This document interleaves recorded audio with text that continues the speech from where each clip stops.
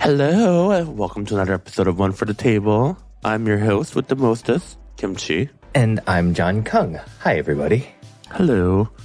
All right, so a lot has happened. And we actually have a lot of listener questions this week, which we'll get to. Oh, amazing. But first, we'll let John have it. All right. Wait, what do you mean we'll let me have? We'll let me have what? There's an update to the Chili Crunch saga. Oh, that's right. So I sent the article to John, and then next thing you know, all of his social media I see is spammed. Him talking about this Chili Crunch, and I'm like, wow.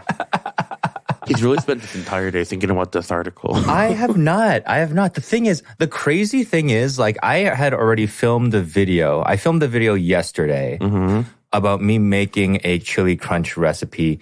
And I was planning on making kind of like not a protest video, but if you're going to trademark this, I'm going to make this as generic as possible. So like when the office comes out and like sees that there's content about this stuff as a generic condiment, it would make it harder for you to it would make it harder for anyone to like claim Chili Crunch as a patent. Yeah. I'm not saying that like I feel this powerful. I just feel like if I put stuff out there, more people will as well. So making the case for it. But then Kim sent me this email saying that David Chang on his podcast is not going to seek kind of like protecting their trademark of chili, or technically their thing is Chile Crunch. They do not own the trademark for Chili Crunch. They filed for that not long ago. So it changed the voiceover, but it didn't change the video itself that I had come out with. And now he correctly says, now that nobody is seeking to protect this trademark, it leaves it open for other companies to kind of swoop in and grab it and try to take it and claim it for themselves. It's going to be very, very difficult because of all of this has happened, all of this press and stuff like that. But, it could be possible if you're a company with like billions of dollars to like throw away at this thing. I guess it might be worth. I don't think it will be worth any company to pursue. But they said that it is open now to being claimed by something else. So like I put my video out there because I wanted to. It's it's called in trademark lingo. I think it's called genericide, where the brand name or the trademark becomes so connected with the actual thing itself that it loses its meaning. Like Band-Aid. What else do you call it? But the thing is, that used to be a trademark. And so many people started calling it Band-Aid or Kleenex that like they actually don't have the protections anymore because that's all people know it as. So what we're trying to do that with Chili Crunch, basically. Not exactly like on the same situation, but trademark, I think, is such a funny thing. Oh my God, what yeah, happened with like Sierra Mist? Wait, what? What happened with Sierra Mist? So I guess they didn't like renew their trademark or something. So then this girl, I think her like name is like Sierra. She like bought the trademark, and then I think she like refused to like sell it to them, or I think she was probably like holding out for more money or something. Yeah. So then they like rebranded to Stary. Stary? Yeah. So Sierra Mist is no more. Yeah. Sierra Mist rebrand. Starry. Sorry. Stary, whatever.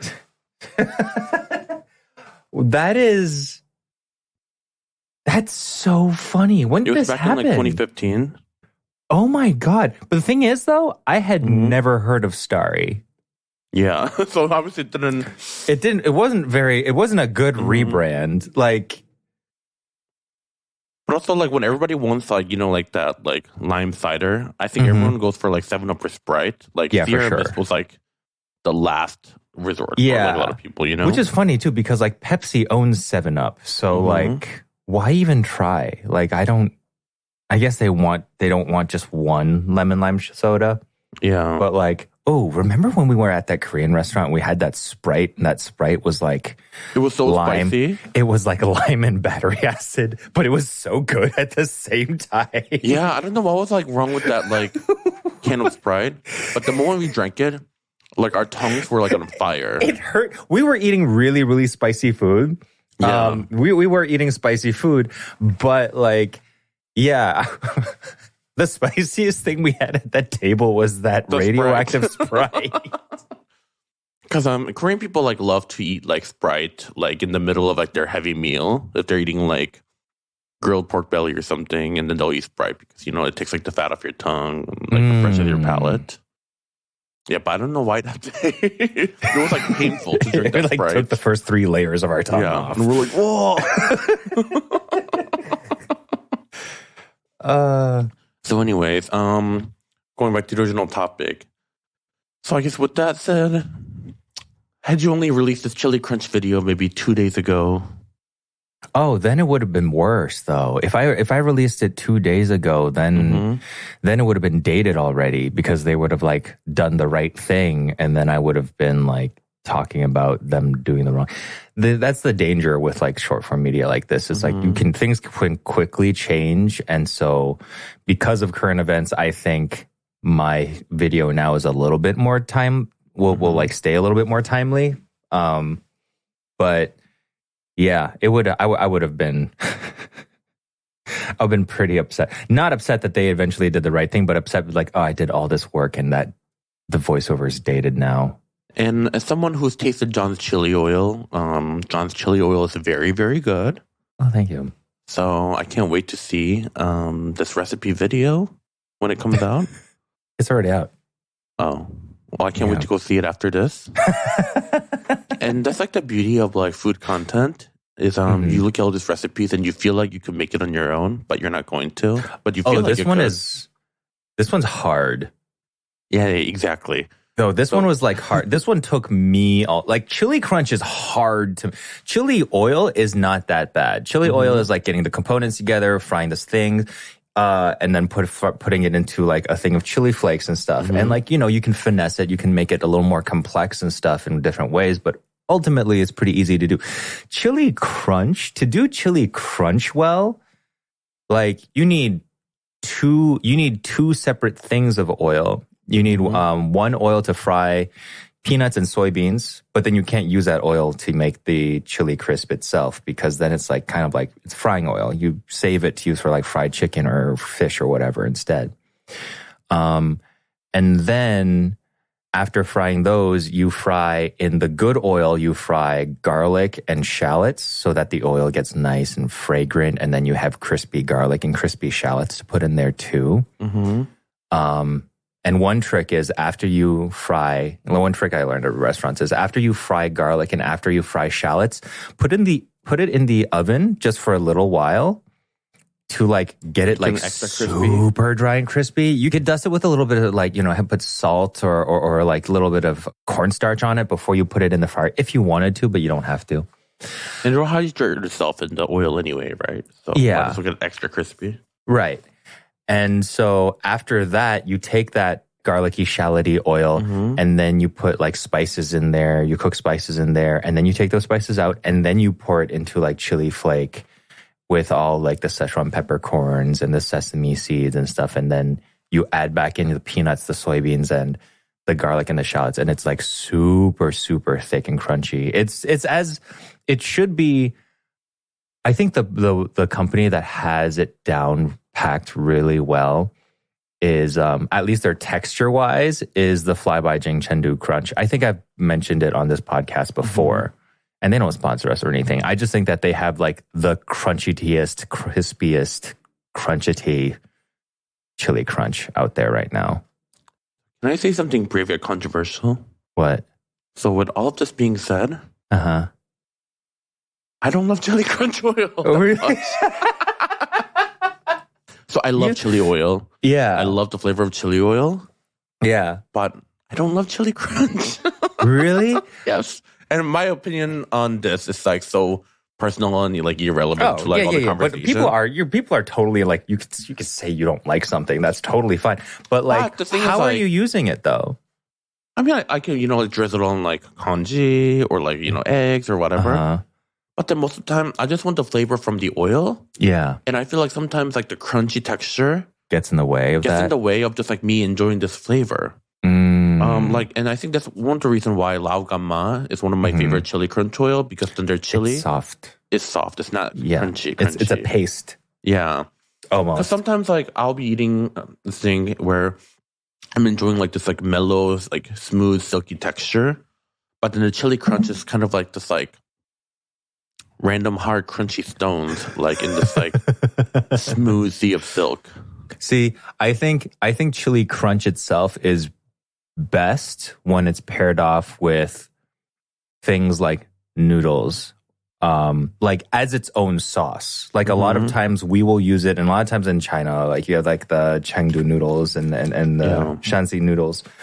It's like they have chili crunch that's in a little bag to put on top of your cooked noodles, and you just use that as if it were a sauce. You kind of like som the situation where you like put it in.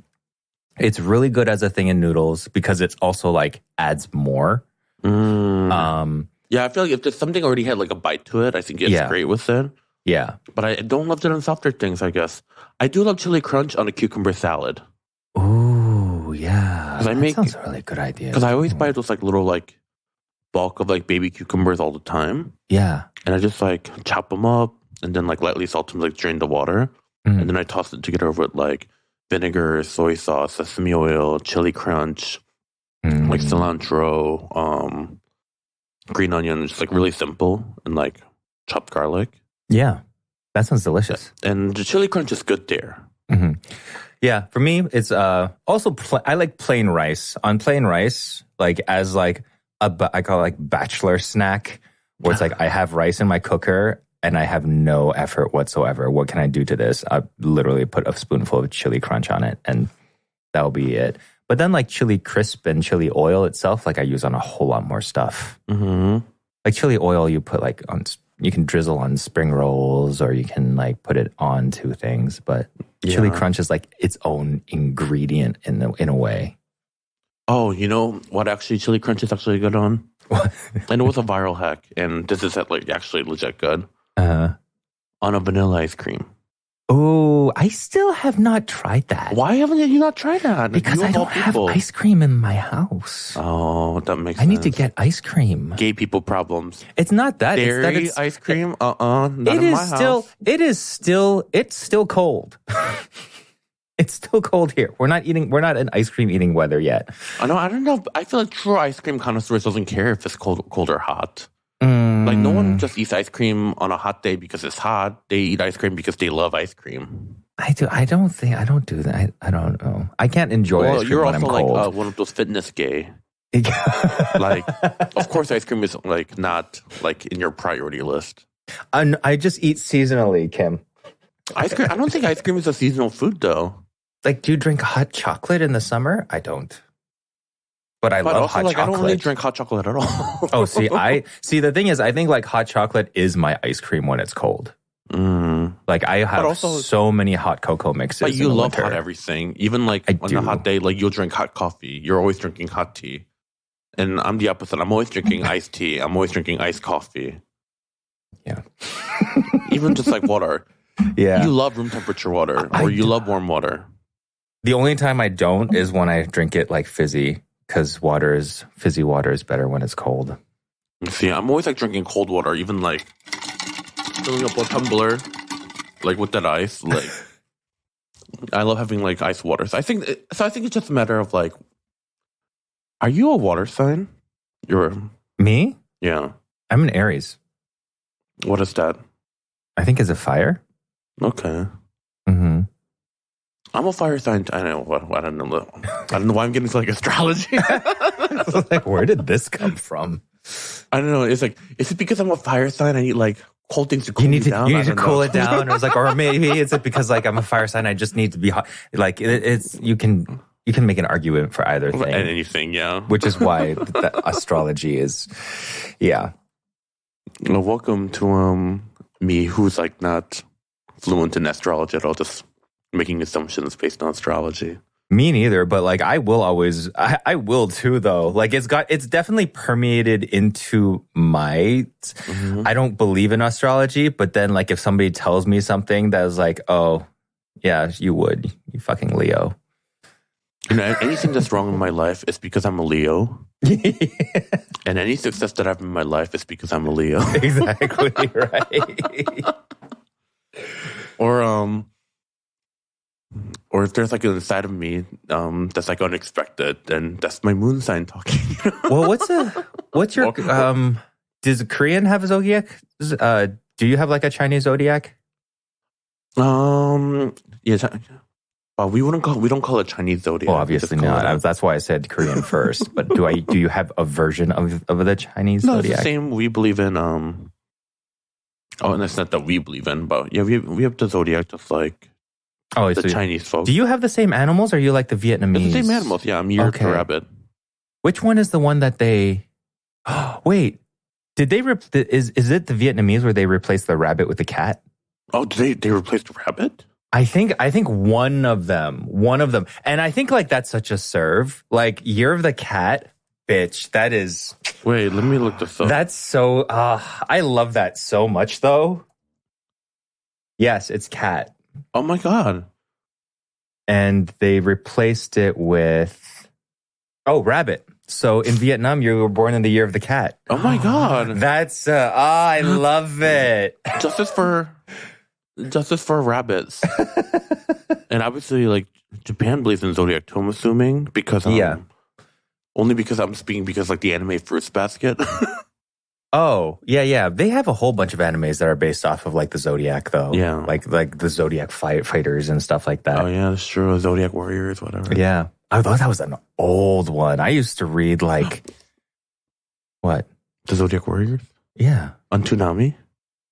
No, not even that. I used to read like, I didn't even read them because they were only in Japanese. But when I was in Hong Kong as a kid, I would buy the mangas off of like the street stalls of like the Zodiac Warrior ones. Yeah. And I couldn't understand a single thing out because I couldn't read Japanese, but I would still like look at the pretty pictures and look at these like animal guy things, like use magic powers. And it was cool. In Korea, when I was like growing up in public TV, all broadcast stations would air cartoons from 6 p.m. to 7 p.m. So after like elementary school, all the kids would be like hanging out and playing together. But then we'd make sure to go home by 6 o'clock to eat dinner and to watch the cartoons that's shown. Would you flip the channels to see the different ones? So they like play like the same series like every day until like the series, and then they move to something else, and it's usually like 2 cartoons back to back. And different stations were playing like different things. So like one station would play Sailor Moon, and then like another station would play like Gundam or something. And you would try to do that thing where during the commercials you tried to watch the other one? No, in Korea there's no commercial in between the shows. Oh, really? So the commercial is only at the beginning and at the end. But while you're watching the show's never interrupted by commercials. Wow, that's wild and kind of cool. And short. Yeah, so then like when I moved back to America, it was like a shock to try to watch like movie. Yeah. Because the movie will cut like every like 10 to like 5 minutes. And I was like, it is so hard to watch a freaking movie on TV. Like, what is this? In Hong Kong, they would play the commercials in the middle of the show as well. So I was just used to that. No, so when in a cartoon, when we want to watch something, you'd have to like commit to it and watch it. Because if you flip back and forth, like you'd miss everything. Oh, damn. But that's I always both like watch like the bad, early ones, like Sailor Moon and Wedding Peach, Saint Tail. Anyways, a lot of great animes. Have you ever seen the anime Saint Tail? No. So it's about a girl who's a thief. But she's in elementary school. But what she chooses to steal is these people, they go to the church and then they tell like the nun, who's also an elementary school student, like all their problems, like, oh, this person like stole like my family heirloom from me. So then she'll go and like steal the items back from the person and then like give it back to the original person. Oh, it's like but then there's like a romance story like between another kid in their class who was also a detective. These are all elementary school kids. I don't know. It was great. I watched that one religiously. Do you know the anime called? I think it's pretty popular right now. Delicious in Dungeon. I tried watching it. I hated it. Really? Yes. People are telling me to watch and would say, I think saying that I'd like it. You're a chef, and then that's one of the only few animes they see with food. Okay. Objectively, it's not that good of an anime. Yeah. And in my opinion, and then all the food they cook is like, I don't know, they capture these like monsters, and then they're like, oh, with this like fish, we can like take the intestines out and like boil it. But then like the dish they make is like not really any like. It has okay. I think like for like things like in food to work, you need it to be rooted in reality. Yeah. In some way. Like it has to be like if like Food Wars, yes, they were super ridiculous and crazy about it. But at the end of the day, you're like. They're making relatable food. They're making relatable food, and they're making food that is at least somewhat possible. Like the things that they talk about, the ways that they get there, the ingredients that they use, like, yes, those are all actually real. But they just do it in a way that is insanely like spectacular. Same with God, what's the other one? Even Restaurant in Another Dimension or something like that. They did that food. One was cool. It's like a slow burn, Yeah, like food was a part of it.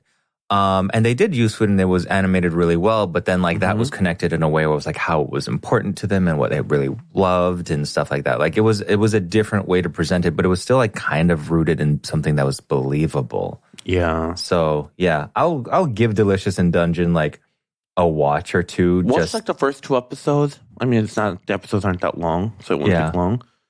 And if you like it, the rest of the show is just like that. Okay. I don't love it personally, but maybe I'm just being a hater. For food anime, have you ever seen Yakitate? Yakitate. Yeah. I'm sure I'm not pronouncing it correctly, but at least Yakitate. That's what no, 2001 to 2007. Yeah. It's about a kid who has like a hand of God. The hand is like really warm, which I guess is like ideal for yes, baking I bread. actually have seen this. And then like he would like knead bread or something like that. And his goal in life is to like make like the best bread in Japan. Yes. So then he like goes to like the best bakery in like Japan to like become like their baker. But all these like crazy things happen and Yeah. I tried to start. I watched a few episodes of that, but that was at the same time I was watching a bunch at the same time, and just some other animes went out. Sounds like the story of your life. Pretty much. Thought about it, but didn't get to it. Oh well. I don't consume media. I'm Jon Kong. What are you talking about? All right, so shall we get to the listener questions? Oh yeah. Also, actually, I have a thing to ask. So I don't want to move to Detroit. No, I wasn't going to ask you that. But I'm actually going to California tomorrow. Oh, really? And you weren't going to tell me? You were holding out on this information from me? I only just found this out, but the problem is I'm flying in tomorrow. Yeah. And then I'm staying until Monday night, and I'm flying back out. Oh my God. You're here for one day? I'm here for literally like 32 hours. And it's not even like, I didn't tell you right away because it's in Orange County. Oh, okay. I'll see you later. Yeah. But like, since we're on the air and talking about it anyways, like, do you know, I think I have one dinner. I have like one dinner to myself when I'm there Sunday night. So like, where should I go in Orange County? Oh. I mean, OC has like a lot of great food, but I feel like what OC is like really, really, really like pops off is Vietnamese food. Work. Okay.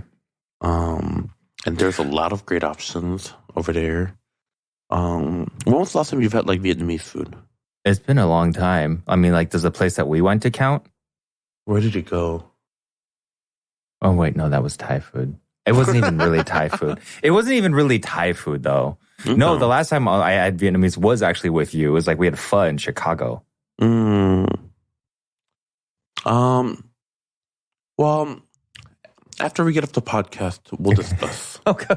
I'll send you some options and we can discuss where those options are based on where you'll be staying. Okay. So, but yeah. Do we want to take a break before moving to the questions? No. Okay, we're just going to go all the way. Yeah, I just can't believe that you're only going to come here for like one day and then peace out. It's like, it's for work, unfortunately. I'm sure. Yeah, it's like we're not friends at all. You know? I'm sure telling you now. I'm sure I only just accepted the gig like 2 days ago. Yeah, I'm sure you have a lot of things to do in Detroit that you need to get back to. That you couldn't stay in California and even an extra day for. I do. You know, I have a house to manage. Sure. Yeah. I have. You got some naps to take with all this land. Bed. Yeah. I'm sure you have some YouTube videos to make or something. The thing is, like, if it was in LA, obviously I would have stayed for longer. But I was just like, how the hell am I going to get to LA from? I also didn't realize that Orange County was so far away. It's not that far. They said like an hour and a half drive. And during traffic, without traffic, maybe like 35 minutes. Oh, I would have totally stayed longer if I'd known that. They made it sound like, from LAX, if you take LAX to where we're going, it's going to take at least an hour and a half. I'm just like, I don't know. Where in Orange County are you? I don't even know. Hold on, let me check. No, it's okay. I understand you're a very busy person. You know, it's not easy being a superstar. You're not gonna guilt me, and I'm not guilting you. I'm just Santa Ana. Oh, Santa Ana's not that far. Oh, well, but it's okay. I don't know the difference either way. Oh, you're near Disneyland. Oh, like Anaheim? Like near, yeah. It's like right next to Anaheim. Oh, see, if I'd known that, I would would have. Because I did. Santa Ana's like right underneath Anaheim. Oh, they made it sound like it was so far away. They made it sound like it was so far that like I was have to fly to LA. You see me enough. I see you enough. Yeah, you know I'm busy this week. I don't have time for you. Well, now that we know what's a good Vietnamese restaurant in Santa Ana? Don't worry about it. What? You're not gonna tell me? No. I'll have you find a random place, and I hope it's shitty. That's so hateful.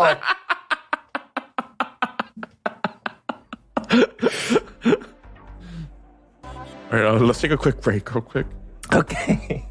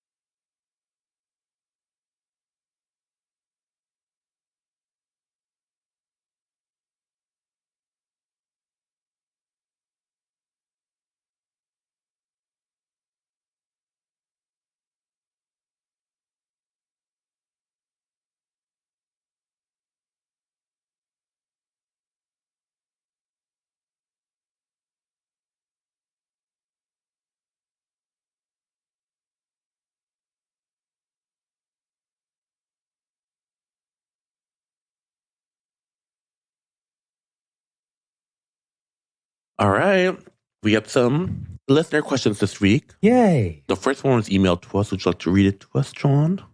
This one was sent to our email, which I totally remembered that we have. What is our email address? Let me just look that up right now. You know, I forgot to read the email address, which is why I never promoted. So it's oneforthetable@gmail.com with the number 1 at the front. So that's our email. You can send us an email question if you want. But yeah, this one says, "Hi, Kim and Jon. Love the podcast and have from the start. Especially enjoy how unapologetically Korean it is in some ways. And I also appreciate Jon's unapologetic choice to be in Michigan. My question is about I think these questions are probably directed to you. My question is about chun. I know lots of the mixes for these Korean pancakes are pre-made and most Korean restaurants use them, but do you have any tips on good proportions when making them from scratch? I try to rely less on wheat flour, but often overdo the sweet rice flour. I've come to an okay medium with a mix of sweet rice flour and chickpea flour, but wonder if you have any tips on proportions and a good substitute for flours. I've only made chun with flour. I've never tried chickpea flour, sweet pea, rice flour. Yeah. Is the goal to be gluten free or something? Or it might be. Okay. It might be, but you could try a mix of maybe rice flour and buckwheat. Buckwheat could make for a very tasty one. Tapioca starch is a good one to use in there too, because we have a lot of tapioca style pancakes and stuff. At least what the knowledge passed down from the Korean ajumas and grandmas to me is so the chun batter should be runny, but not watery. Oh, for the people who don't know, can you describe chun for us? So chun is basically Korean pancake. When you go to restaurant, you see seafood pancake or kimchi pancake. All of that is called chun. My favorite is the one that's made with green onions. Yeah, I made it for John once, and he kept calling it a fritter.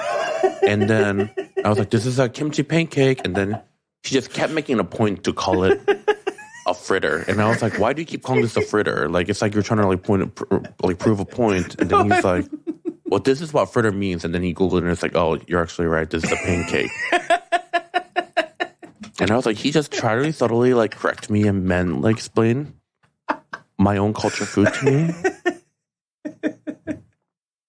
But it is a pancake, not a fritter. But okay, so when you see at least from a lot of the videos I've seen of the professional ajumas and how they cook their donuts, they actually lay all the ingredients out first.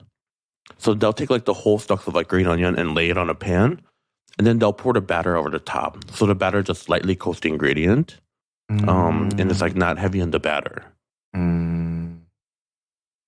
But when it comes to things like kimchi, pancake, then you want to mix it into this thing, but it's also going to get watery. That's only when it's wet too. The kimchi. That's because the kimchi is wet already too, right? Yeah, yeah.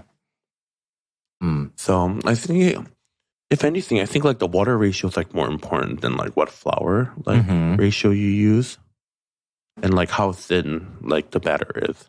Yeah, you want to lightly coat the ingredients, but you don't want it to be a batter heavy pancake. Yeah. Yeah, I think it seems from the question they wanted to try to do it with less, I think things that didn't have gluten in them, which is hard. I'm trying to remember the texture. Oh, another tip was use cold water. Oh yeah. To make the batter. Yeah. Even ice cold water is even better, because then it'll get the batter crispier. And make sure your pan is preheated. I feel these are all basic. But sometimes it's easy to look a fundamental. Yeah. And it makes a big difference in your final product, Yeah. There is a second part of... Oh, wait, another thing. A generous amount of oil. Of course. Even if you're trying to be healthy, a generous amount of oil is needed for chun. See, that's why in my mind, I kept calling it a fritter. Because when I see when there's a lot of oil that's used, I just think of fritter because I think it's fried. It's not a fritter. Okay. I will fight you on this. After you mentioned Gim snacks in the latest episode. Gim, the seaweed snacks. I also wondered if you think that toasting gimbugak works in lieu of frying. My body doesn't tolerate lots of fried food, but I'm addicted to crunch. So the one time I got prepared gimbugak from my aunt in Korea, I used a stovetop toaster in my gas range to finish it. Any other tips for adding to gim to make more crunchy snacks? I guess without using too much oil, they're asking. Okay, so for those of you who doesn't know what gimbugak is basically seaweed with rice paper attached to it, and then it's fried. So okay. It holds its shape, but then also you get that light, airy, crisp from like the rice paper, but then you get like the crunchy flavor of the seaweed. Yeah. So roasting, I can't really say that I have too much experience making kimbuga because I don't really make fried food. Yeah. But also, it's one of those things like where if you fry it, it's like it pops off. And yeah. I feel like, is there a really way to like make those things puff? Yeah. You can puff certain things in the microwave instead of with oil. It's not as good, but you can do with it. Rice paper though? Yeah. I know you can do it with tapioca stuff. So like prawn crisps, like shrimp chips and stuff like that. If you find the unfried version and put them in the microwave, they will puff up. Some rice paper ones, some of them have worked, some of them have not. It really depends on which ones. But a lot of the time, those things have oil in them already, and like microwaving them makes them puff. So you might be able to be lucky with that. I know like certain things, Mexican snacks like duros, they can be made in a microwave. These are all things that are better fried. Yeah. But I guess if you're trying to find like an oil-less free. Like it has to be in the microwave. You can't do it in an air fryer. It's just not the same thing. It's not the same like mechanism that makes them puff. But otherwise, it's like, honestly, I think there are better If you want like a low oil option, you might just have to forget like the rice paper part and just eat roasted seaweed. Yeah. Yeah, for sure. And I love that too. Like just the seaweed paper. It's just like nice and light, yeah. But yeah, I mean, there's a reason why fried food is so good, right? Yeah. And then we're always trying to find like the best like next substitute because obviously it's not healthy. But really, it's just like let yourself eat it and portion yourself and just like control it or don't live your life. Yeah.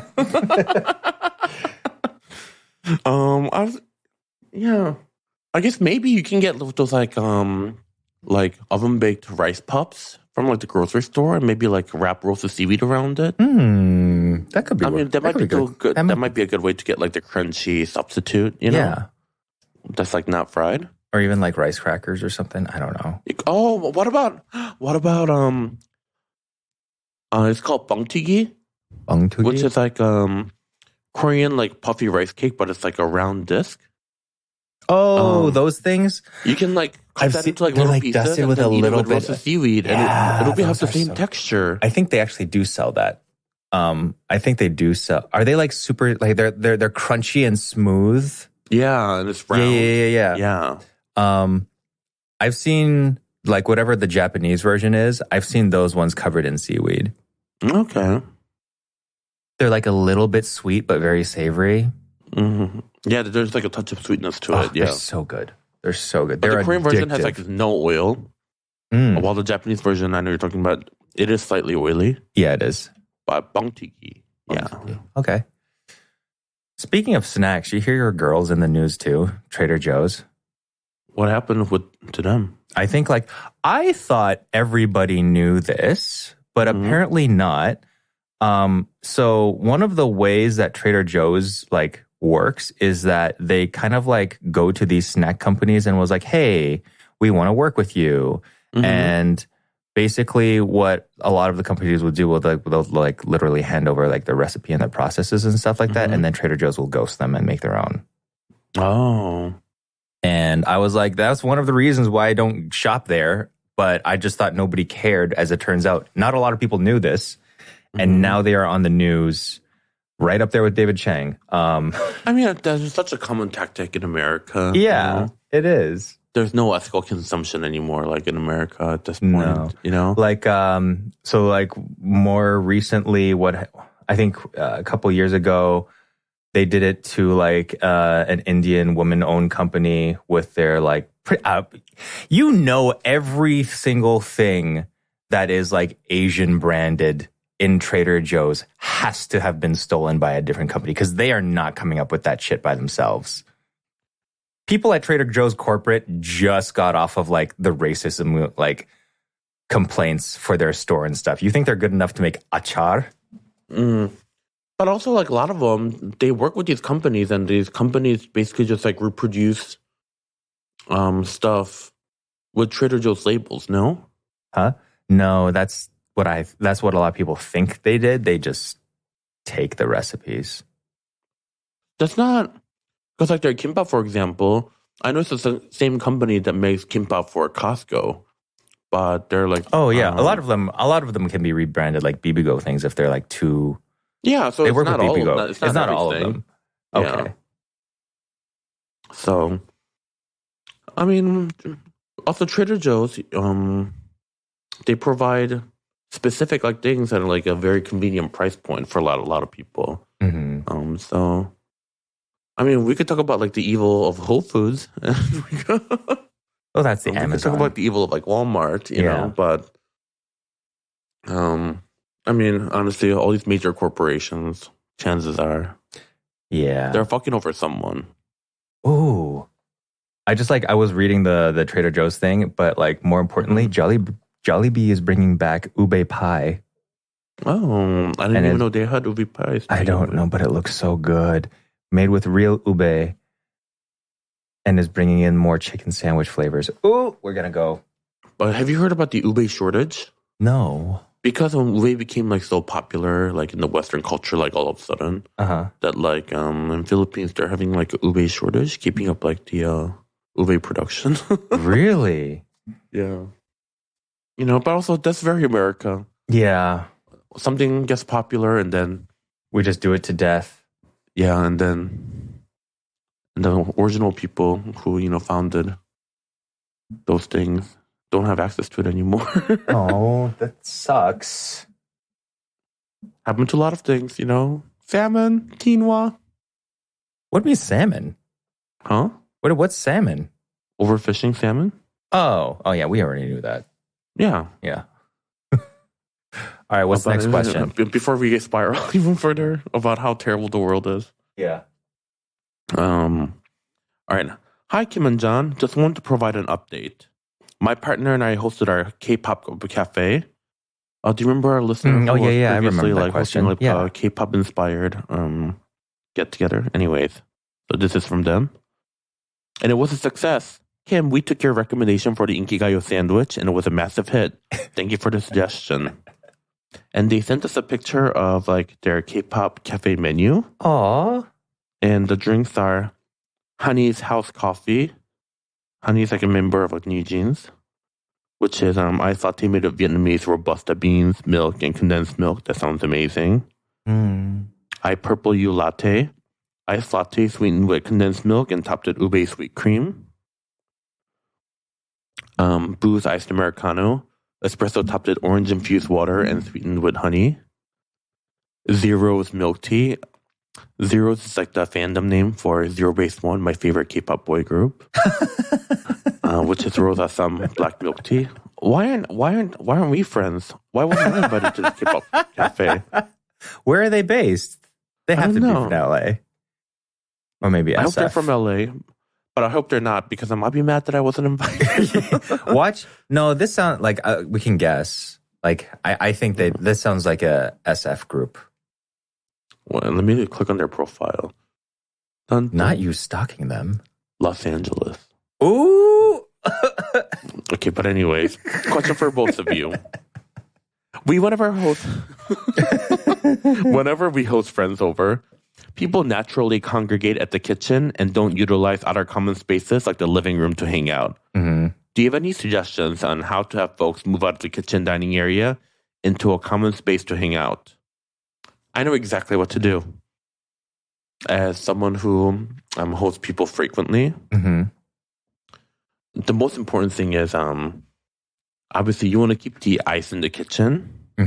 Put all the drinks in an area where you want people to congregate, whether that's your living room or, game room, whatever. Yeah. Because people will, when they go to a party, they'll always go to where the drink is, because they have to make themselves like a drink, or whether like the host makes them a drink. And they're likely to stay wherever they get the drinks at, because the people will be there. So if you don't want people hanging out in your kitchen, don't keep the drinks in the kitchen, even though it seems logical thing to do. Yeah. Because like a lot of people will keep the drinks in the fridge, which is in the kitchen, and a lot of people will just go in there. Also, like get a bucket, pop full of ice, and then put it in wherever. And a lot of times, though, a lot of people will be where the host is, and the host is oftentimes in the kitchen because they're still doing stuff for the party. So if you want to really make sure that nobody's in the kitchen or less people are in the kitchen, then like do all the things that you have to do in the kitchen already, and then get yourself around the house as much as you possibly can. And that way you can also be better at like crowd control and stuff like that. Mm-hmm. And also this is maybe just something like I've noticed, but when someone hosts a dinner party and after like your dinner, move everything out of the way, but don't clean until like the guests leave. Yes. Because I've been to like some dinner parties where like the guest is like, or the host is fully like loading everything in the dishwasher and cleaning everything, while the guests are just like sitting in the dining room awkwardly. And I feel like, and that's also bad hosting. Oh, yeah. I didn't know that people did that. It happens quite a lot, actually. Because people they're there because they want to like talk with you and hang out with you. And I understand, you're thinking like, oh my God, there's so many dishes like piled up. But don't worry, they don't care about the dishes. They're there for you. One thing some friends of mine have done, because I haven't had a dinner party at my house yet, but I've been to some dinner parties hosted by some friends, and they'll actually like hire somebody for the evening. Oh, no, that's bougie. That's no, bougie. I know it's bougie, but like that's we're out of touch. Yeah, I don't. Just hire people to help you. The thing is, I'm not really sure that it was, because this was when we were like early Detroit, and we were holding like dinner parties and stuff because we literally had nowhere else to eat. Yeah, and like some of they were fancier ones, but they were also like college professors. Like that's what they did for a living. So like, and they were young college professors at the time. So like, I don't feel like it might have been that expensive to hire like one person to bus from like a catering company. Like if this is like a big party for you, getting one person to help for like 2 or 3 hours at like $15, $20 an hour might be worth it. What? Nothing, yeah. I feel like most people won't be doing that. Probably not. I feel like that's a little... But, you know what? If you want to do that, do it. Like you could get a task rabbit, right? Somebody to help you. I feel like that's like an extra stranger in your house that you have to deal with. Yeah. I don't know. I personally would never want that. Just pile the dishes in the sink and clean it when the guest leaves. That's all you have to do. I think like one of the issues with that, like with the problem is a lot of kitchens are just open nowadays. And so like if there is a mess in the kitchen, people can now just see it from the dining table. But even then, like you've all had dinner party together. Oh, for sure. So you've all saw the dishes being made. So people know like they don't normally live like this. You know what I mean? Yeah. Yeah. Like, but I know like as a host, like some people just can't stand to have like people in their house to have their place messy. And I get it. But then also I feel like that's what I'm saying. It's also just kind of like bad manner to let your guests sit there while you clean. True. See? Hire some help. Or just have fun with your friends and clean them when they leave. Why? What's so funny? What's the next question? You have like a smirk on. Like what? That's very mischievous. What are you thinking? I'm not thinking anything. Stop. You're making me nervous and smiling more. Why are you nervous? I'm not. Okay. All right. Hi, Jon and Kim. I'm listening to your latest podcast, and you are currently listing some of your favorite AAPI brands. Oh boy. I'm curious if you have ever tried the black sesame butter from Rooted Fare.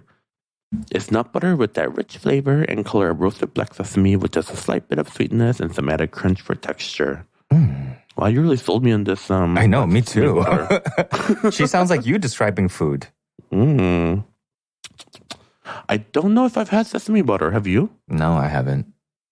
I feel like there's so much like nut butter like out, and I get overwhelmed. Yeah, I would. And then I just what is it called? Rooted sesame, black sesame butter from Rooted Fare. I don't see it. Although sesame's like one of those things, like I love the flavor, but it can be very like intensely rich. Like same with like tahini, you know? It's called crunchy black sesame butter. Savory, sweet, smoky, nutty. That could be good though. Yeah, I would try it. Oh, well, what would you like eat it with? And they even describe it first sentence, not too sweet. We probably will love it. That might be good if you make like mochi and stuff as like a filling in the inside. Oh, okay. Have you ever had tongyun? The Chinese mochi?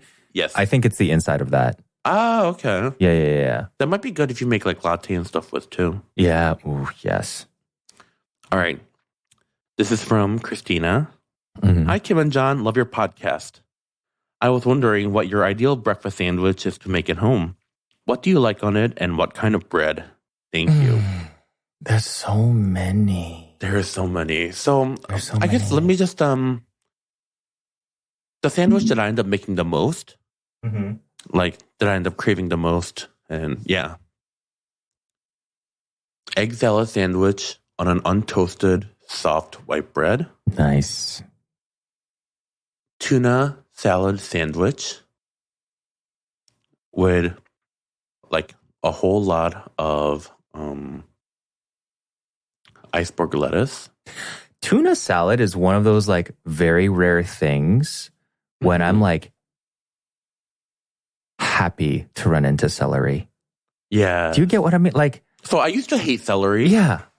And I'm still on the fence about celery and things, but in something about celery and tuna salad, it's so good. It's like the fishiness, like the mass, like the flavor of celery, but adds that nice crunch. Yeah. And then there's something about the celery aroma with the tuna salad. Like it works. Yes. Yeah.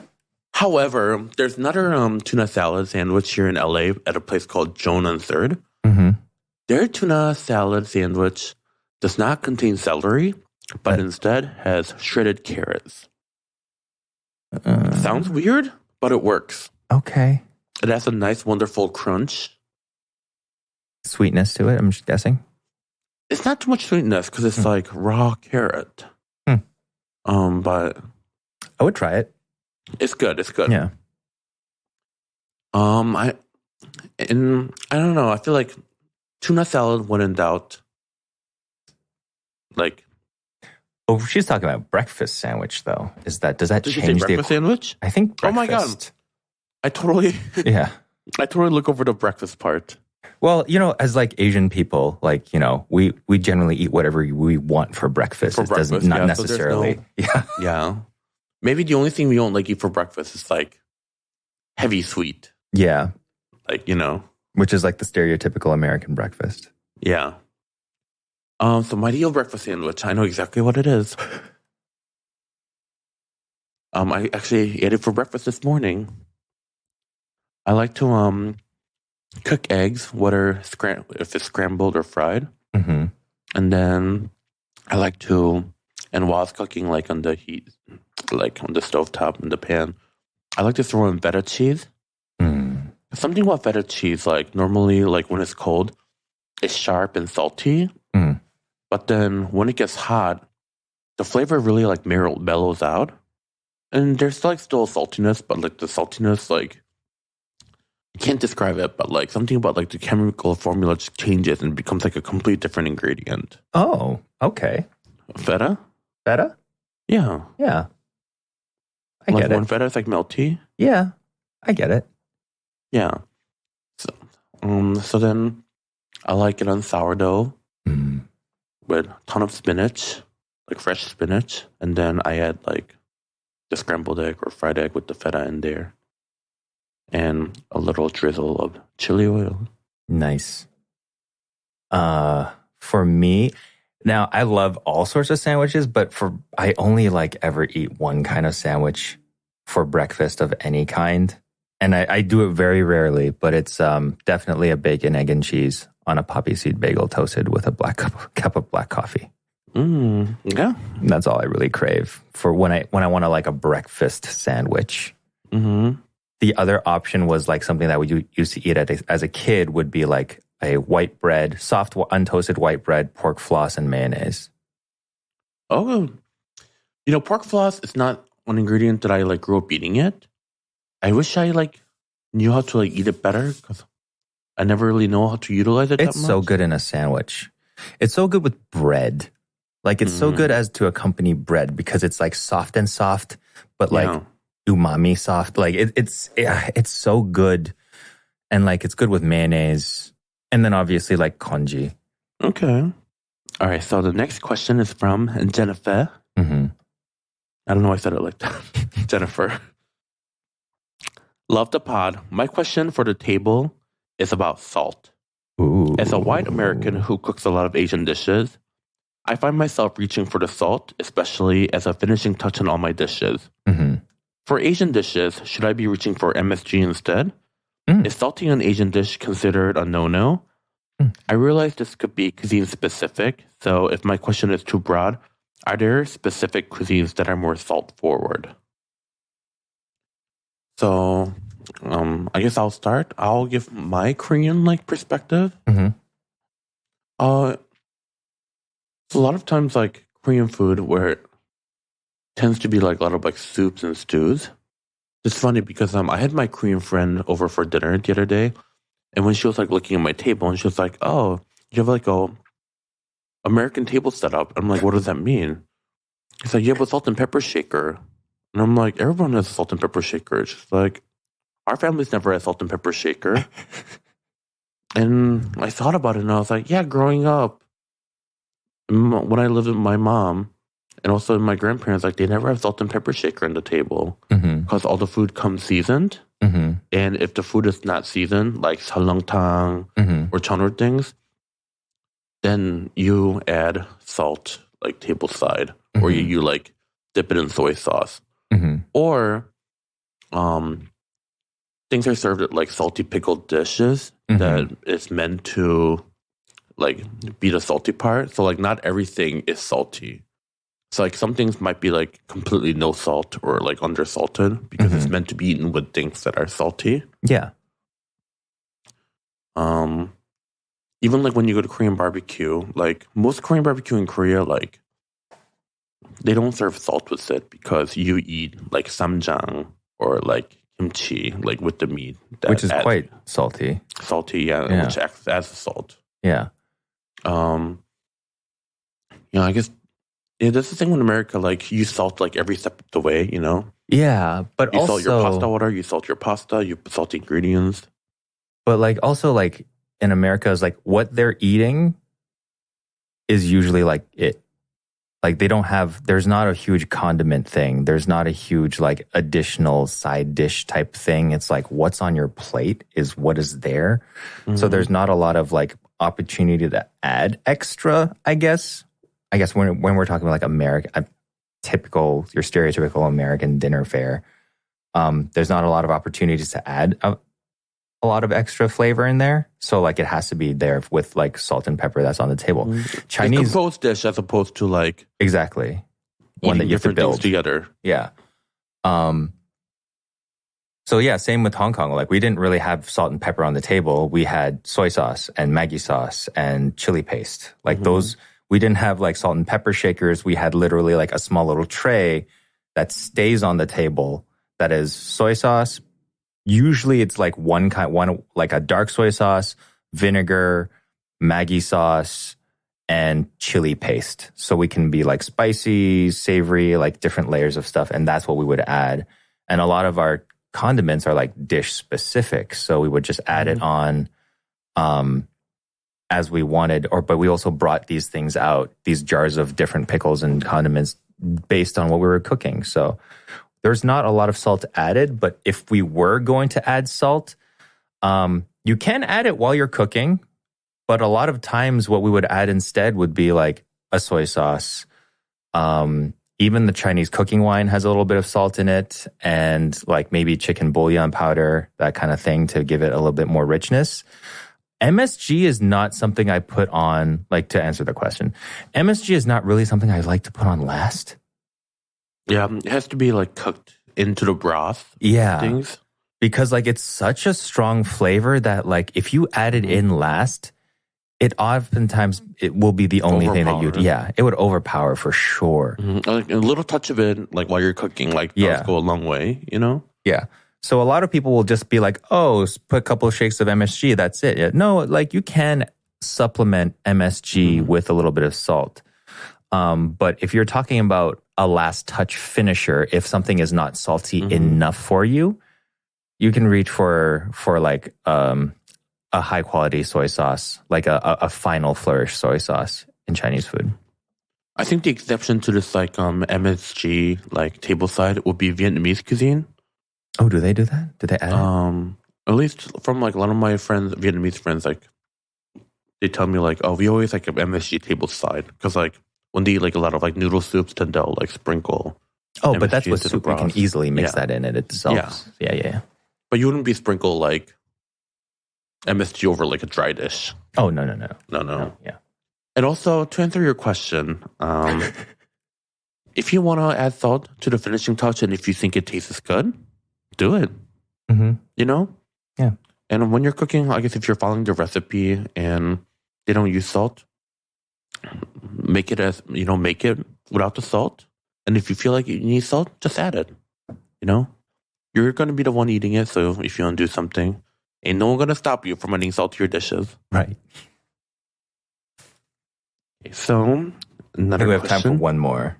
One more? Yeah, we have so many questions. Oh, no, we can save them for next time. Oh, fuck you. All right, this one is from Ian.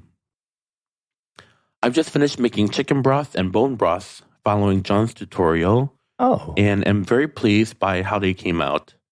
I just used some of the bone broth to make a pot of nongshim shin noodle soup, and it was delicious. And in my head, extra nutritious. Would you make the same broth with other birds? Duck? Turkey?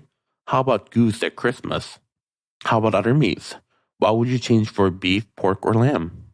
Oh, good question. Yes, turkey is one of the best ones that you can do. Everybody like fights over the turkey carcass at the end of like a Thanksgiving or Christmas Day meal. You can do it with anything essentially that has bones, even fish.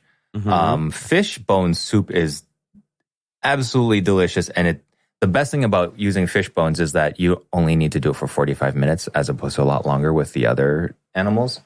And it's full of collagen. So good for your skin. But otherwise, there's really like, if you like eating the animal and you've got the bones of it, there's no reason why you shouldn't or can't. Yeah. Yeah. I would say a lot of it comes down to like cooking time and method, right? There's some bones that you feel like, I feel like chicken bone broth, if you like cook it for too long, the flavor gets a little too funky. Yeah, it can get a little muted, and it would be faster like that if you were using like goose or duck, because they're also kind of gamey. But yeah, it's important not to do it for too long. But if you want to try like really fun new bone broth that you've never tried before, might I recommend human? I don't know what it tastes like. But let us know. I'm kidding.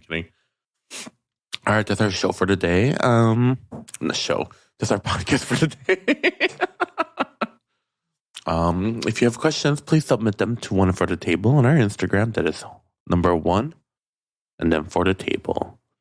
We also have an email that I forgot about, but John will check it regularly now that we remember it. And that is also #1 for the table at gmail.com. All right. Thank you, everyone. See you next week. Bye.